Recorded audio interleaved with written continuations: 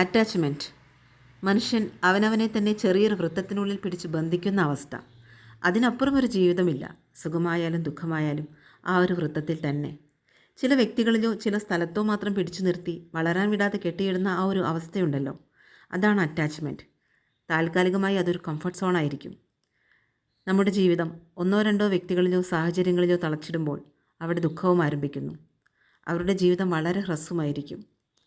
നമ്മൾ നമ്മളോട് സ്നേഹം കാണിക്കാതെ നമ്മുടെ കാര്യങ്ങളേക്കാൾ കൂടുതൽ മറ്റുള്ളവർക്ക് പ്രയോറിറ്റി കൊടുക്കുമ്പോൾ, മറ്റുള്ളവർക്ക് സ്നേഹം കൊടുത്തുകൊണ്ടേയിരിക്കുമ്പോൾ ഈ ദുഃഖം കൂടുതലും ബാധിക്കുന്നു. ബന്ധങ്ങൾ എന്നത് ജീവിതത്തിൻ്റെ ഒരു ഭാഗം മാത്രമാണെന്നറിയുക. നമ്മൾ പ്രതീക്ഷിക്കുന്നത് പോലെ ബന്ധങ്ങളിൽ നിന്നും കിട്ടാതെയാകുമ്പോൾ ജീവിതം ദുരിതത്തിലാകുന്നു. എൻ്റെ ജീവിതം ഈ ബന്ധം നിറവേറ്റാൻ വേണ്ടിയാണ് എന്ന ചിന്താഗതി വെച്ച് പുലർത്തിയാൽ ആ വ്യക്തിയിൽ നിന്നും കിട്ടുന്ന പ്രതികരണം അനുസരിച്ചിരിക്കും നമ്മുടെ സുഖവും ദുഃഖവും. അവനവന് വേണ്ടി കെയർ ചെയ്യാനും സ്നേഹിക്കാനും അവനവനെ ബഹുമാനിക്കാനും പരിശീലിക്കാം. ഒപ്പം നമ്മുടെ ലോകം ഒന്നോ രണ്ടോ വ്യക്തികളിൽ മാത്രം ചുരുങ്ങാതെ വിശാലമാക്കാൻ ശ്രമിക്കുക.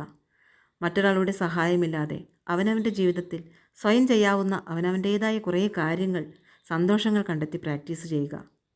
മറ്റൊരു വ്യക്തിയെ പ്രീതിപ്പെടുത്താൻ ശ്രമിക്കാതെ അവനവൻ്റെ വ്യക്തിത്വം വളർത്തിയെടുക്കാൻ ശ്രമിക്കുക. പൂർണ്ണമായും മറ്റൊരാൾക്ക് വേണ്ടി ജീവിക്കാതിരിക്കുക. Thank you.